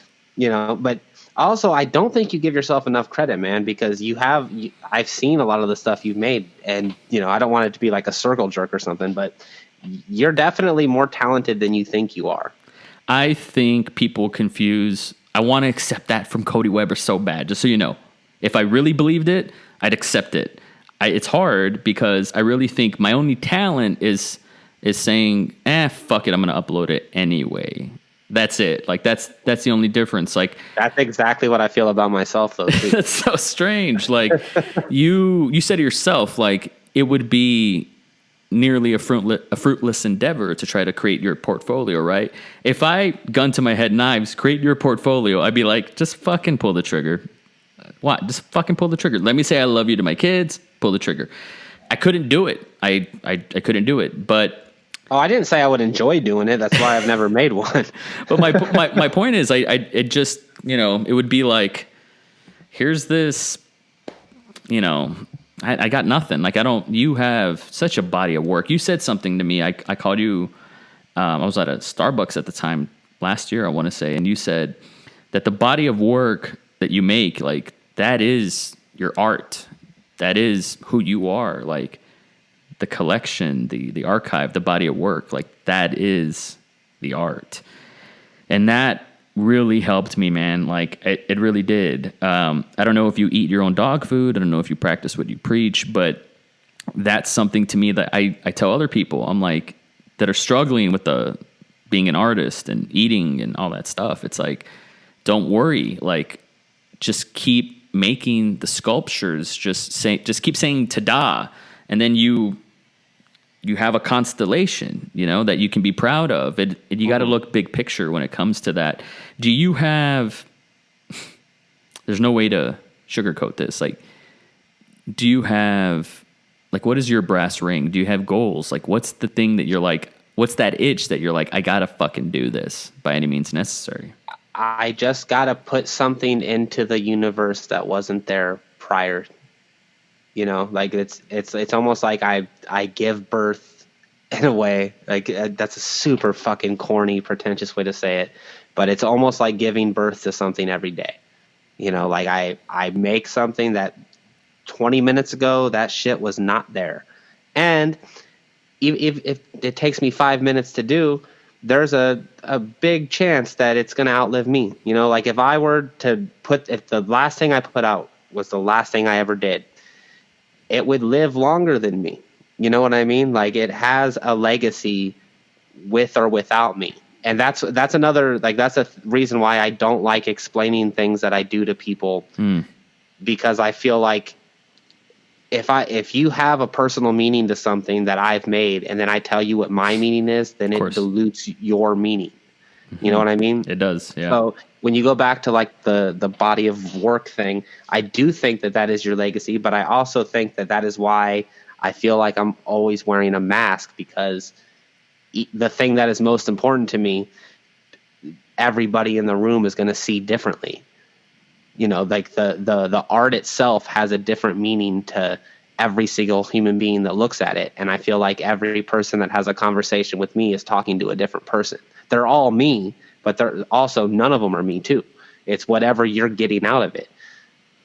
Like you define who I am. It's not okay or okay. It just is. It's just the way that it is. I don't think there's anything wrong with it, like the same way, like how I'm perceiving you right now. There's no way your kids perceive you that way, or your friends perceive you that way, or your family, or whatever. We're all like, people take little segments of what they want out of you as a human being, and that becomes like your, what's the term? Is it flanderized? You know what I mean? Like, like, you know what I'm talking about? Yeah. And you become what they already have the preconceived notion that you were to begin with. And I don't think there's anything wrong with that. I just think you have to, and you don't even really have to, but I personally have to just accept that for what it is. Like if somebody loves me or loves what I make, that is awesome. And it makes me feel like, I don't think that the love has any less value because it's not a whole picture. because I don't think there's ever such a thing as an entire picture. I think we just take from things what we want or what we have to or what we need to, and that's all we're capable of as like apes with thumbs. You know what I mean? Yeah. No, it's a very fatalistic way to look at it, but I also think it comes from Does it seem experience. fatalistic? Yeah, we're just monkeys with thumbs that create tools to make life a little easier, and we don't have control of the macro narrative because we're all going to be in the dirt or whatever. Like, it's not true. It's not true. So I asked you, like about your ambitions and stuff, and you answered the question. I don't need to harp on it. But if I may, you're talking about putting things into the universe that aren't there. Let's just, for the sake of conversation, call that making deposits. If you had to make a withdrawal, like what does that look like for you? You're putting stuff into the universe. Like what do you, with no expectation in return? And I think, Cody Weber, I think you're going to leave this universe having given more than you took. Even at your most self-indulgent, it's just one man's 2 cents. But if you had to make a withdrawal and say, hey, universe, just for a second there, like throw me a bone, what would that look like for you? That would match your ideals, your virtues, where you can have your cake and eat it too in a perfect fucking fantasy world. What would that look like? Well, I mean, even in a perfect world, the success that I want wouldn't even be for me. You know what I mean? Like if I had a perfect world, I would be like Dead Mouse or something, just without the identity behind it. You know what I mean? I would make things that were super successful and made me super rich, so I could take care of the people that I love and care about. And if I was gonna make like a withdrawal, it wouldn't be for me. It would be, of course, so my sister didn't have to worry about rent ever again. Or my dad could actually maybe retire at some point, which I don't think he's ever going to get a chance to do. Wow. It's stuff like that for me. Like I want to be successful, not for myself. Yeah. If I'm viewing it like completely selfishly, if I didn't have anybody that I cared about, I would just I would literally get a studio apartment. I would probably bartend or something to pay my bills and to eat ramen noodles and bologna and shit. And I would just make shit, and that would be it. I think the only reason I have the motivation I have to the like small twinkle of it in my heart or whatever, the only reason I have it is because I want to take care of people that have emotionally taken care of me. Like I feel like I owe a debt to a lot of people, and I don't feel like I am emotionally capable a lot of the time to repay the debt that they've given me. Or I don't feel like I'm even in a position where I could do that, even if I'm personally capable. They're not capable of accepting it. One of the two things. But everybody could have their load lightened a little bit, and I feel like if I could do something where it made me a substantial amount of money, that I could at the very least, like, relieve the burden of guilt in my heart for the debt that I owe to people that I presently cannot pay. Thank you for that reminder, man. Like, you see those Instagram quotes of stuff like that, where it's like, give more than you take, and, the golden rule and stuff like that. But hearing it from you, for some reason, like, resonates with me. Like, yeah, we are, I can speak for myself too, in complete debt for the people who sacrificed their dreams for us to dream, and for people who got out of our way so we can be pretentious assholes, essentially. Like, I totally agree with you. And family first, for sure. You have what somebody told me once, and I never forgot it, a very bankable skill, which is like a very DC way of saying, like, especially now, Cody Weber, like, this is a golden age for photographers and for artists, video artists. Do you think so? Because I feel the exact opposite is true. I think it's oversaturated. Everybody's a photographer now. It is oversaturated. It is, but that's because there's a lot more horse shit that's out there. A lot more. And I feel like I'm one of those. Like, I you know, I'm still, there's like this future me that's like a marathon or like a light year away for me that I want to get to and be like, I've arrived at like, it's like having the 6-pack or something. Like, okay, cool. Like I got it. I can take the picture now or whatever. Like I'm not the dream artist I want to be. I don't know how realistic that person is or even capable or possible of being, but that's something I still want to be too. Like I want to be the best. I want to be the best me. Being the best me, I feel like I can make the most impact and make the most change. To go back to the mission, which is like you said, like helping your family and everything. We are in a golden age, man. Like there are so many people that see the value in what you do that would pay you retarded amounts of money to take pictures for them that would probably never see the light of day, but that's not really your fucking problem. You know what I mean? Right. And well, on the off chance that one of those people that would pay me an absurd amount of money to make something happens to be watching this, hit me up because I'll take your money. Well, good to know. Good to know, man. How are you doing? How you doing, like bread wise? I have, it's like feast or famine. Like I have periods. That sounds where terrible. It is, but it's also been the only thing I've ever really known. In fact, but there was a year where you made like close to 6 figures or something, no? Yeah, no, there was like from 2015 to 2017, I had 2 very good gigs that paid me very well. And I'm sure you've walked past a store and have probably seen one of my photos in an advertisement and didn't even know that you did. Wow. That's awesome. Which was super cool. And it goes back, like going back to like my mother. When she talks about my life, she talks about that as like the apex. That's you were doing so good for yourself. You had like a 3-bedroom house and you were taking vacations and these companies were flying you all around the country to do work. And I never tell her otherwise. And I kind of hope she doesn't hear this, but in truth, the reality is that was arguably the darkest period of my life. I wasn't doing anything for myself. I don't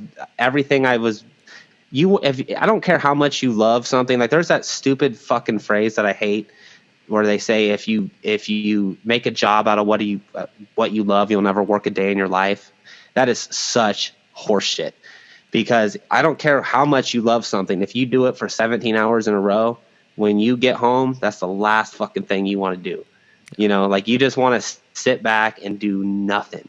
And I was so emotionally drained from the money that I was making. And though it was super awesome to be able to take my niece to Build-A-Bear and be like, get whatever you want. And she stuffs like 6 fake hearts in her bear, each one at like $15 a pop. And I didn't give a shit. That was awesome. And that's ultimately the goal that I want to be able to give to people that I care about, not just my family, but my friends too. I want to be the guy that when I go to the bar or something and my buddies are there, I take care of their tab all night and it doesn't bother me. You know what I mean? Like I want to be that guy. Yeah.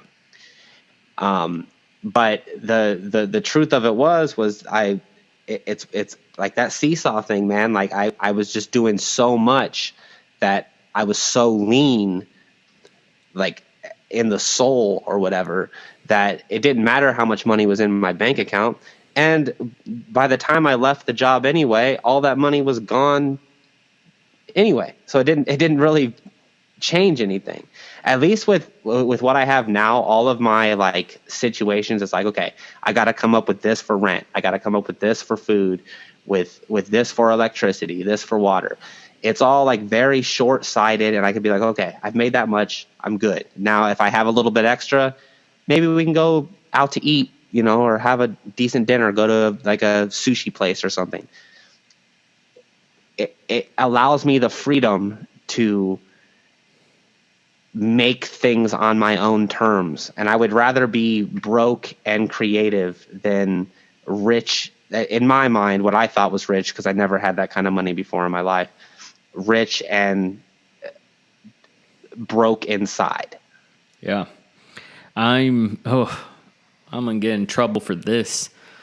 I'll just say this. I am in the middle of a transition for a new job, and I was somebody's personal videographer, photographer, social media poster, editor, podcast producer, like all that shit, for a celebrity for the past 2 years. And it had its surreal moments. It had its positively overwhelming moments, and it afforded me tremendous life experiences, and I'm very grateful for that time. But I will say that if my brand or my passion or my art, first and foremost, was a pet dog, for 2 years that dog went without eating, without shelter. It got mange. It was, got ticks, like everything. I just kind of like abandoned it.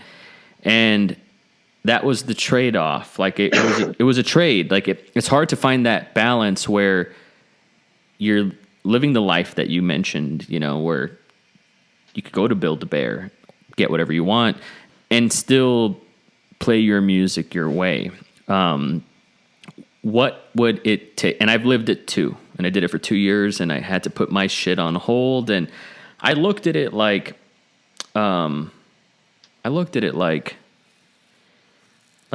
this is going to sound so dramatic, and I regret saying this already, and I don't mean it like this. Not every person who serves in the military sees combat, right? So it doesn't have to be about war per se, but it would be like doing a tour in Afghanistan, Iraq. Like I did it for 2 years. Cool. I got the experience. Maybe I didn't call home a lot and have a steady girlfriend and like put a lot of money away or something, whatever those examples are. I'm just using a metaphor, people, because I don't know who's going to hear this, but I put those 2 years in, but it was a job, like it was a job, and I got a lot of life experience out of it, and I see the world differently. And this ain't a flex, like I ain't that type of guy, but I'm gonna prefer, I think, the job that I have now, and I'm making it a mission to not sacrifice my art and my time and my creativity for the gig. I understand that I got to eat and I got to pay for my fucking fancy Wi-Fi and shit. Like I get that. But I'm not going to sacrifice it. Like I can't, and I rather, like you said, get fired for making podcasts on the side or something, than just kind of be a drone and get by and live for the paycheck. Like the paycheck ain't enough. Like it just ain't enough. It'll never be enough. It's not even close. Yeah. Like, especially if you're doing it on a personal level and you don't personally value money. I hate money. Like it's not my favorite thing in the world. I like it when I have it because I can do stuff that I wouldn't be able to do otherwise. But when I live for it, it's the worst fucking thing for me. I understand. What would be some things that you like? How do you work out in terms of your art? Like, what do you need so you can feed that pet? Like, what do you need? Like, you can be very busy and you're a hardworking guy. You could dedicate yourself to a project, but what would you need in your day to be like, okay, but when I wake up, I'm going to do this, or before I go to bed, I'm going to do that. Like, how can you balance that? Like, what would that look like in a dream scenario for you? I'm curious. In a dream scenario, I would just be getting paid to do what I do already.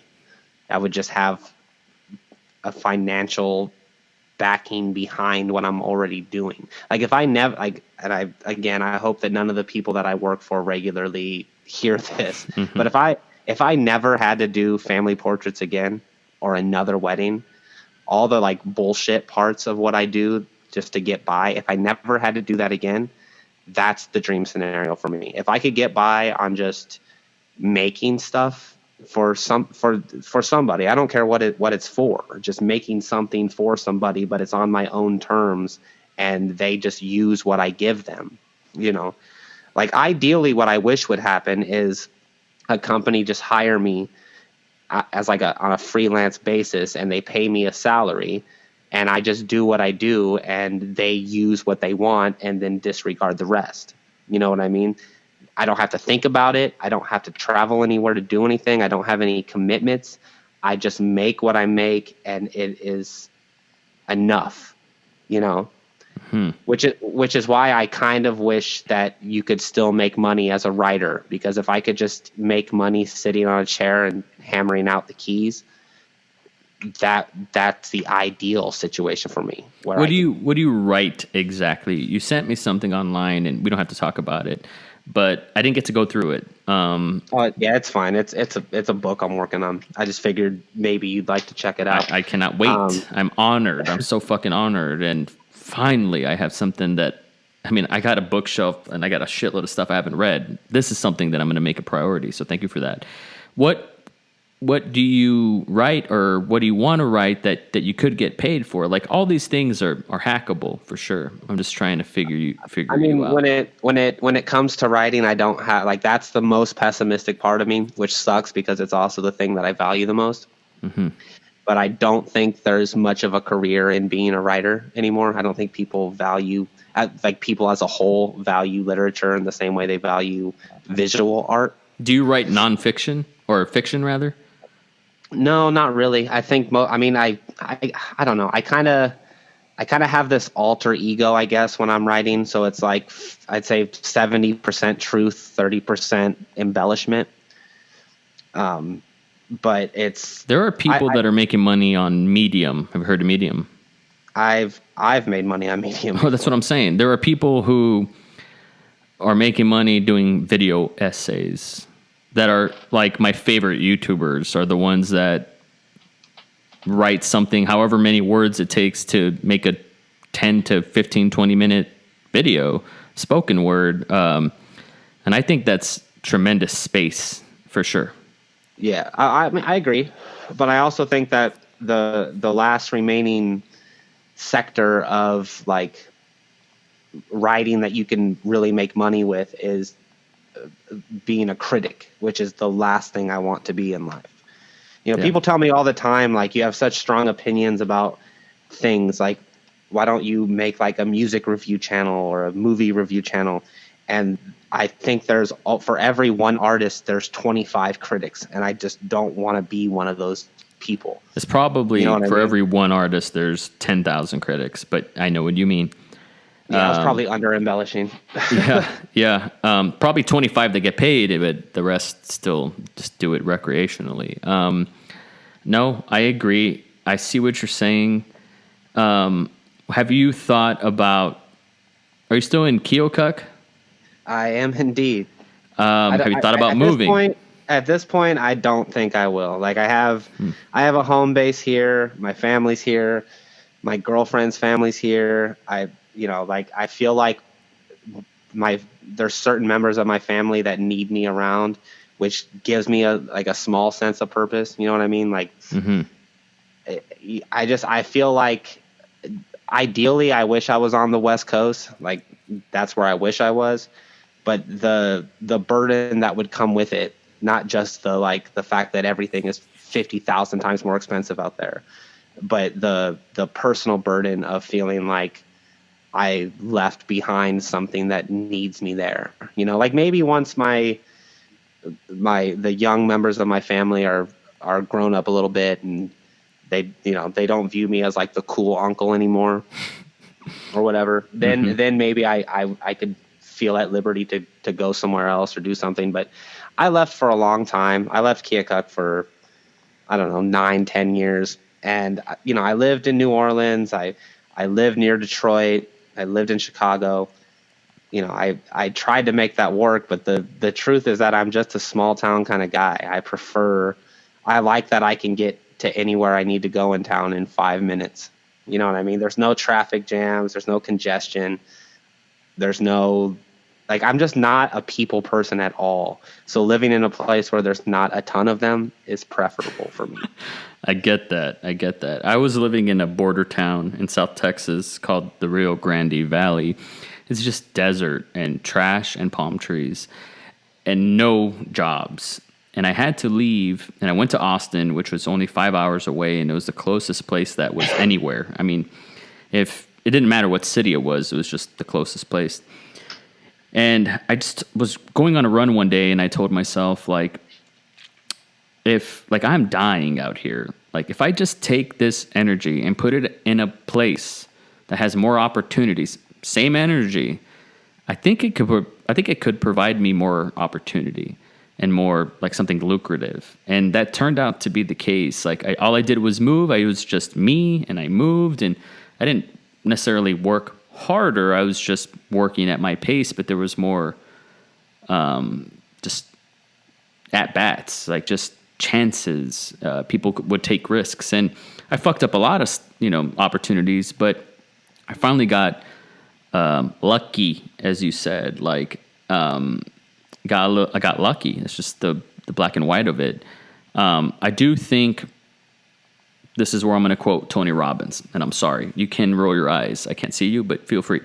I believe that proximity is power. Like, where you're at geographically or relatively in space matters, depending on what you're after. For sure. I would give some advice to certain friends and family that would sound something like, fuck your mom, fuck your parents, fuck your family, like they're holding you back, like go to college, go do the thing that you want to do, like, own a bookstore, like be yourself, like fuck that burden. It sounds like that's not the case here with you. It sounds like you got love, what would be the point in living in a studio apartment in New York City if you're not surrounded by the things that you love? Like, it would be worthless. Right. Well, I mean, that's definitely one way to look at it. But in another way, like I have another love with the arts, and it sucks that there's not, like, it's weird that there's an odd amount of really talented people in this specific town I live in. I know probably 25 artists that I would put on par with anybody I've ever seen, and they all live here. Wow. But it would be cool to live in a place where I could check out new stuff all the time. I feel like I would, at the very least, I'd maybe be a little more inspired, Mm-hmm. So yeah, it's one of those, like, give and take things. I just feel like at present, where I am right now, it might not be smarter for me in a, like, career sense, but in a personal sense, I feel like I'm where I need to be. That's all that matters. I'm happy to hear that. You put out some content that makes your followers, your subscribers, your listeners, whatever, worry about you sometimes. It's like, is Cody good? Is Cody good? Is he good?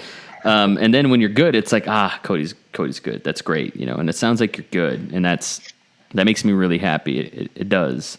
I look at that video that I made a response for as, if not an official goodbye, planting the seed of a turnover for sure. And if that is the case, cool. Like, you had a great run. I also operate under the never say never. In order to come back, you got to leave. I get it. But I'm just, I always got to keep an eye on you, because I look at you as, just someone that I wanted to be, I just really blows my mind. I love honestly. the uniform, man. Like, I love the silhouette. I love the shape of this indie kid who was like, fuck you, I'm going to do whatever I want. I don't care if you like it. Also, here, and it's good. It's good, isn't it? Yeah, that's right. I love that. It's not just I don't know if I had that bravado about it. It was more just like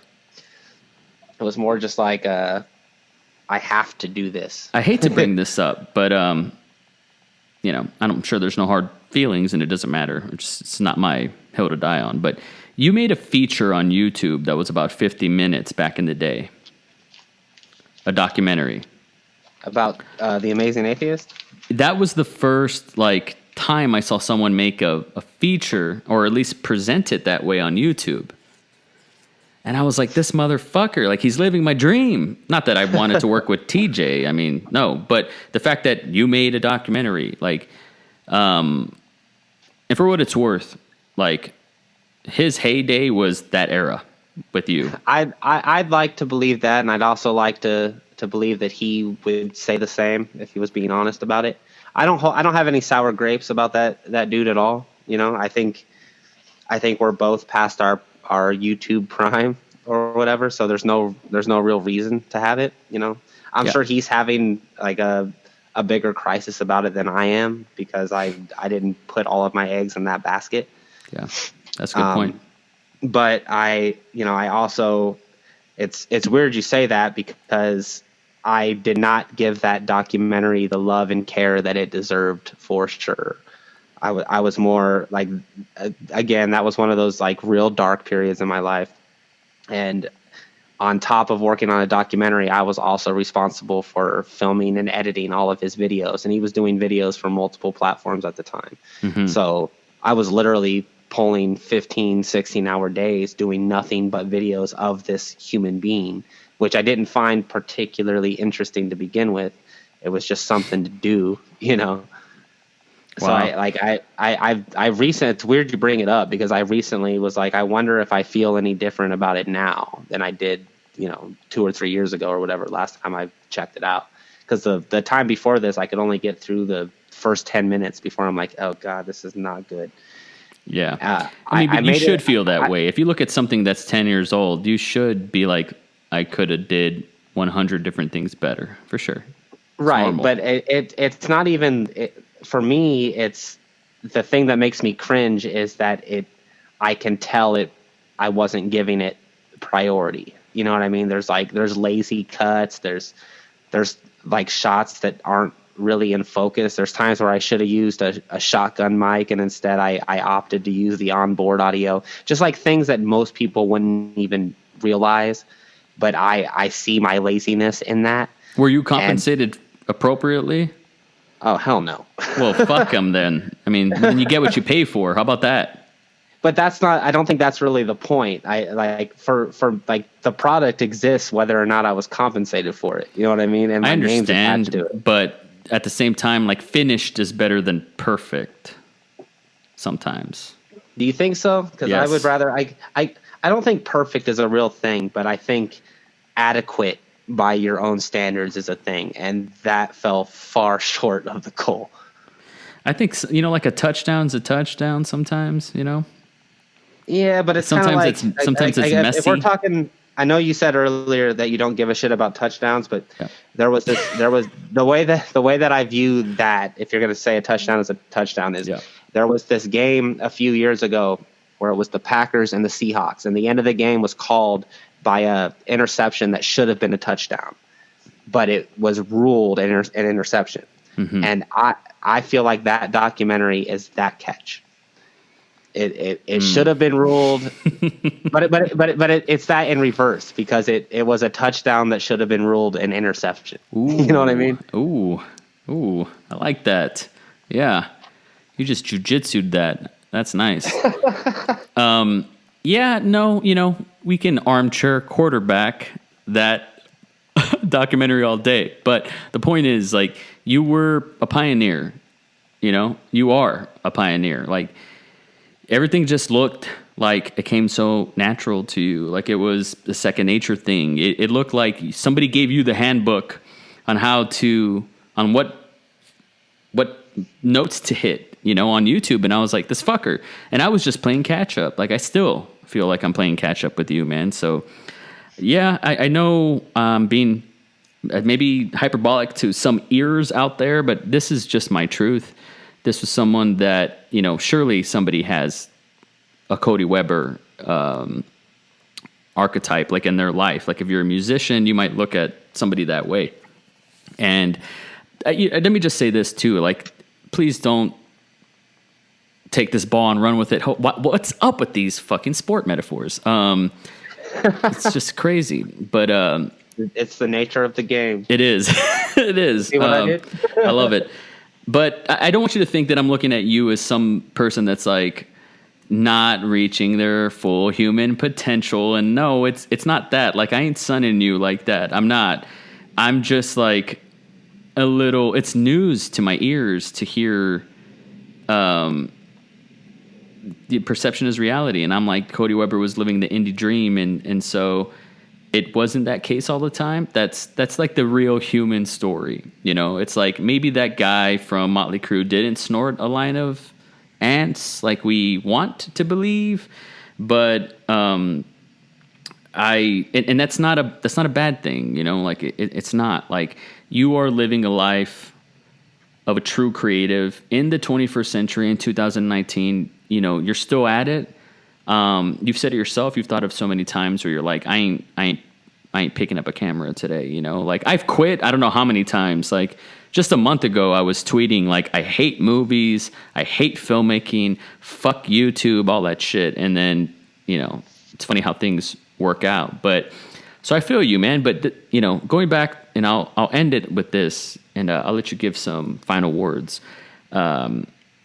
But like a wrestling match, I feel like the game is a last man standing match.